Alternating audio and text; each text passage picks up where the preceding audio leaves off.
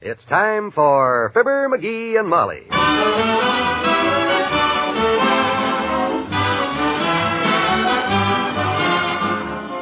Sundays through Thursdays, NBC brings you Fibber McGee and Molly transcribed. The show is written by Phil Leslie and Ralph Goodman and directed by Max Hutto.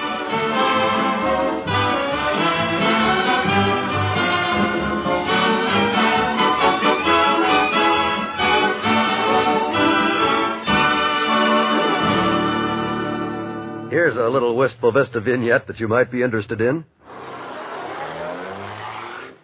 Uh-oh. There goes Doc Gamble again, out to get his foot in the door before the stork arrives. Seems to me that old bird's been keeping him pretty busy lately. It sure has, Molly. And he's not the only one that bird's been keeping busy. You mean Dr. Gamble's got competition? No, it's just that new babies keep prudential agents busy, too. People don't... Did you say prudential agents? Sure, agents of the Prudential Insurance Company. Of America? You said it. People don't realize it, but such things as a new baby, a new or a bigger house, or a better job all tend to affect the protection your life insurance was designed to give. That's why it's a swell idea to have your Prudential man check over your life insurance setup with you every so often, just to make sure it's up to date with any changes in your home. Well, what if it isn't, dearie? In that case, your Prudential agent will be glad to show you how you can adjust your family protection program so that it does the job you want it to do. Make a date with your Prudential agent tomorrow. I know it's one date you'll never regret keeping.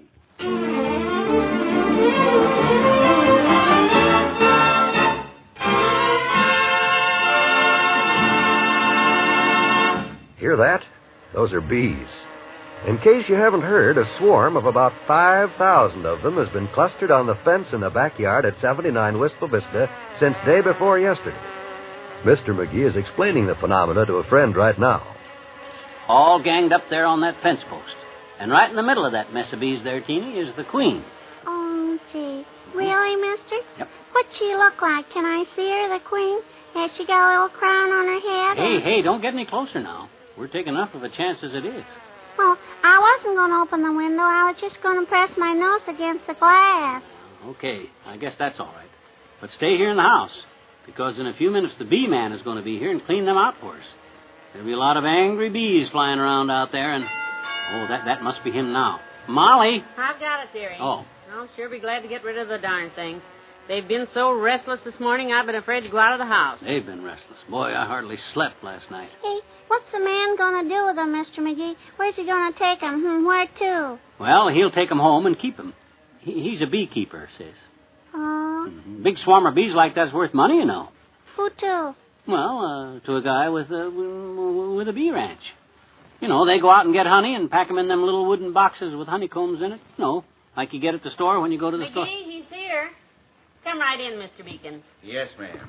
Dearie, this is Mr. Beacons. He's all set to go to work on our bees. Swell. This is my husband, Mr. McGee. I do, sir. Hi. I'm a local bee man in your neighborhood. Yeah, it sure is swell of you to drop by and help us out like this, Beacons. That dratted bees have had the whole neighborhood in a panic. Sure glad you could make it. Well, it's hardly worth the trouble, really. But $5 is $5. Helps keep the wolf away. Yeah, it sure does. $5? You didn't say... Dearie, never mind. Yeah, but Molly, he didn't mention... Glad you could make it, Mr. Beacons. Very reasonable. Go right ahead and take the bees away. It's a deal. Okay, ma'am. I'll need a few old rags to burn in this tin can contraption of mine here. Make some smoke. Break up the swarm, get them to move. Oh, is that how you do it? $5. Woo. Yes, ma'am, I blow the smoke onto them with this old bellows here, and, you folks watch the window there. You'll see. He gets to keep the bees, too, or sell them. I'll get you some rags. I have plenty. Yeah, I'll bring them out to you, Beacons. $5. Okay, I'll get set up outside. I got my gloves and my head net out there in the car anyhow. Now, you stand over there at the window with Teeny, where it's safe, Molly. I'll go out and help him. Where's the rags? Here. But you better be careful out there now. Don't you worry. I'll stand back. I just want to see how he does it in case this ever happens again. My gosh, $5. And he gets the bees, too. Why, them bees are worth $15 or $20, and gee whiz, that's...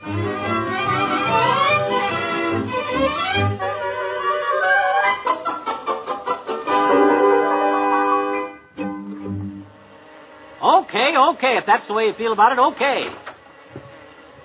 Gosh, I'll never hire him again. What's the matter, McGee? Oh, he says if I want him to finish the job, I'll have to go in the house and stay here. Why? I don't know.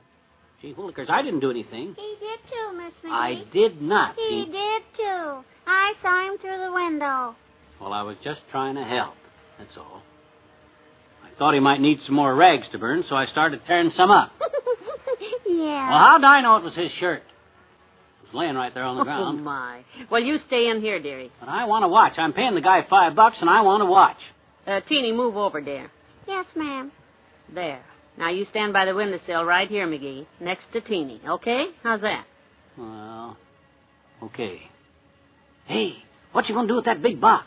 Look, Molly, he's got a big box. Yeah, Miss McGee. He's got a big box. A big one. Hey, he's bringing it over to where the bees are. Gee, look it. Well, now, you kids keep an eye on him. I'll fix you a couple of root beers and be good little children because Mama's got a lot of housework to do.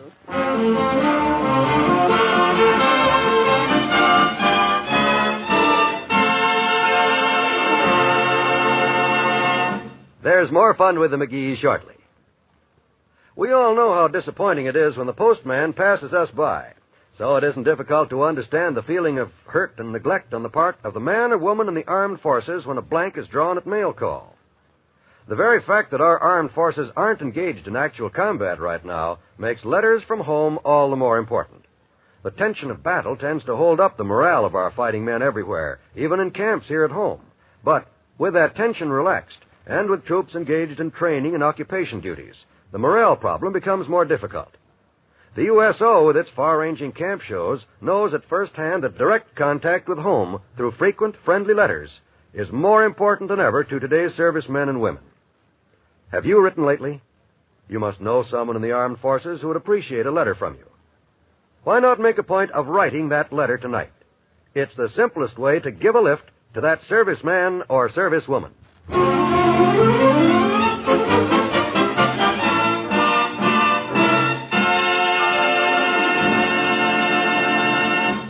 And the bee man left just a few minutes ago, Doctor, with the bees in a box, thank goodness. Oh, he's already gone, is he? Mm-hmm. Yeah, it only took him 20 minutes, Doc. Boy, if I'd known that's all there was to it. Just put some gloves on and a mosquito net over your head and smoke 'em into a box. This is a shame. Sure is. $5 for a little job like that is a crying shame. And the bees are worth... No, I mean, I'm sorry, I missed him. The man. Why? Well, a patient of mine, Mr. Perry, is having the same trouble you kids had. Yeah? Big swarm of bees in his garage. Can't even get his car out. Oh, dear. I thought I'd catch the bee man here and send him over. Perry would be delighted to pay $5 to get into his garage again. I'm telling you, Doc, there's nothing to it. I watched the guy, and all you do is burn some rags and put it... Wait a minute. You say this guy Perry will pay $5 to anybody that gets those bees out for him? Mm-hmm. Anybody? Oh, now hold everything. I've seen that look in your eye before, McGee, and it's always followed by bandages and sometimes splints. Yeah, but I can get a big box like he had at the grocery store and smear some honey inside No, of it. McGee, no. And then all I need is some mosquito netting and my heavy gloves. No. You don't intend to I got an old pair of bellows in the garage and a can to burn the rags in. No, 1,000 times. Oh, okay. Good. I'll get my stuff together and be right back. You're not really going to try But to I'm do going with you, McGee. When whatever goes wrong, you'll need somebody to drive the getaway car. Oh, dear. While he's getting his gear together, I'll get some ointment out of my bag, Molly. Put cold compresses on his face to hold down the swelling, pull the stingers out with tweezers, and when his eyes swell shut, call me. Oh, Doctor.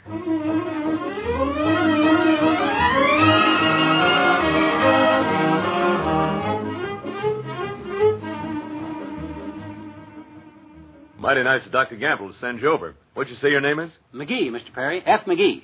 I'm the local bee man in your neighborhood, and that's my assistant sitting out there in the car with the windows rolled up and the engine running. I'm sure glad to see you. It's been a mess. Bees are in the garage this way. After you, sir.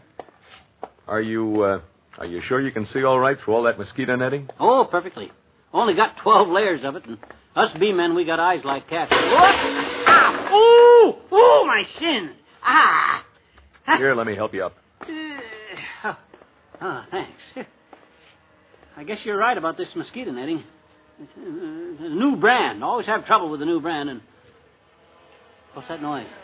The bees. I think you stirred them up. I think I'll go in the house. I'll see you later. Good luck. Oh. Ooh, they sound mean. Oh, let me see. I'll get the netting all around my face. All I got to do is set the box here, light these oily rags, and boy, I hope this works.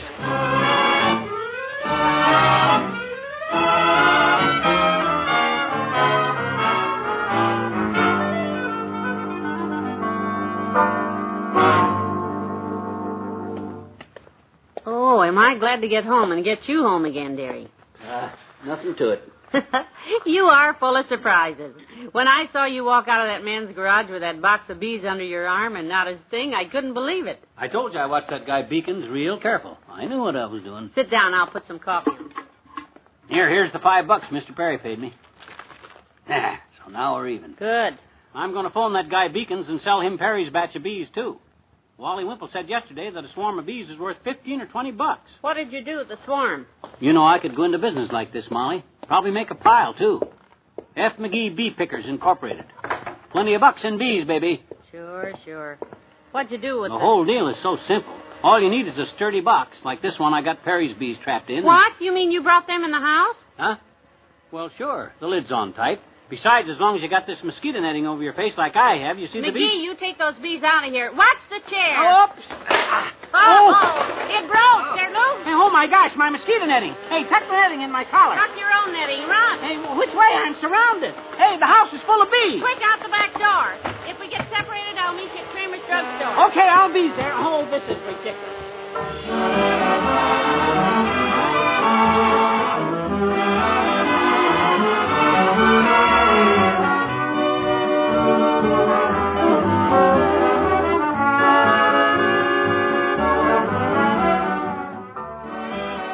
We'll say goodnight to Fibber and Molly in a moment. Take some jazz, some pop, some show tunes, some news, and you've got Friday with Garraway, heard on NBC. Here's a show that has a happy combination of everything in just the right amounts to make it one of the easiest going shows on the air. Friendly, relaxed Dave Garraway etches a radio portrait of himself as he reflects his taste in music, his way with words, his new and fresh approach to observations of everyday things. And there's always a celebrity friend who drops around to chat with Dave.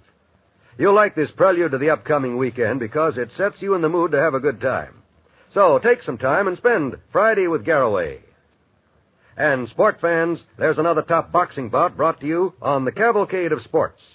The top names in the fight field meet in this radio arena where everyone has a ringside seat. So listen to the Cavalcade of Sports Friday evenings. And remember, NBC leads the rest with the best in radio entertainment.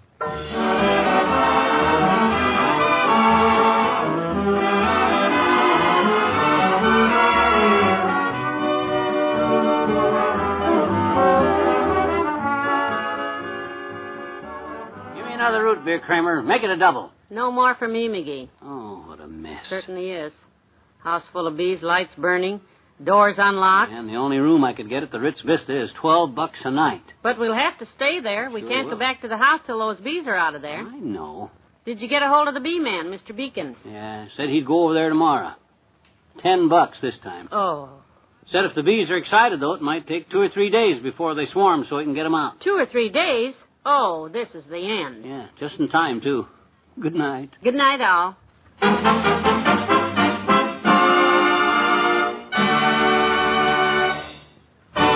Fibber McGee and Molly is an NBC Radio Network production transcribed with Arthur Q. Bryan as Dr. Gamble. Jess Kirkpatrick played Mr. Beacons, and Scott Douglas was Mr. Perry. Well, we have a couple of days now to let those bees filter out to the McGee's house. So we'll spare you the painful details. Come Sunday, our friends will be mixed up in another escapade, though, as the Wistful Vista Elks Club celebrates its annual Fun Night. It turns out to be fun, all right, for us. This is John Wald reminding you to hear it Sunday night on Fibber, McGee, and Molly.